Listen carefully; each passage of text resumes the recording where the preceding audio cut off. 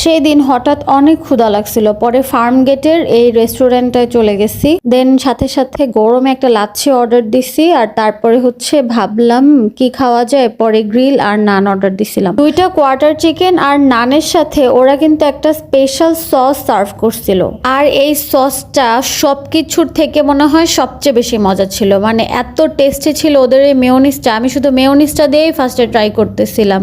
আমার তো মনে হইতেছিল আমি শুধু মেয়োনিজ দিয়ে পুরা নানটা শেষ করে ফেলতে পারবো। তারপরে হচ্ছে চিকেনটাও ট্রাই করছি। চিকেনটা অনেক মজা ছিল, কারণ চিকেনটা একদম পারফেক্টলি গ্রিল হয়েছে, আর হচ্ছে চিকেনের যত হার্বস গুলা গ্রিল করতে করতে একদম ভিতর পর্যন্ত ওইটার টেস্টটা গেছে, যার কারণে হচ্ছে অনেক মজা লাগতেছিল। আর মেয়েও তো একদম পারফেক্ট ছিল। মানে আমি আসলে এই বাংলা রেস্টুরেন্ট গুলাতে নর্মালি এত মজার খাবার পাওয়া যাবে এটা আমি ভাবি নাই। কিন্তু লাচ্ছিটা খাই আমি একদমই স্যাটিসফাইড ছিলাম না, কারণ লাচ্ছিটা অনেক পাতলা ছিল।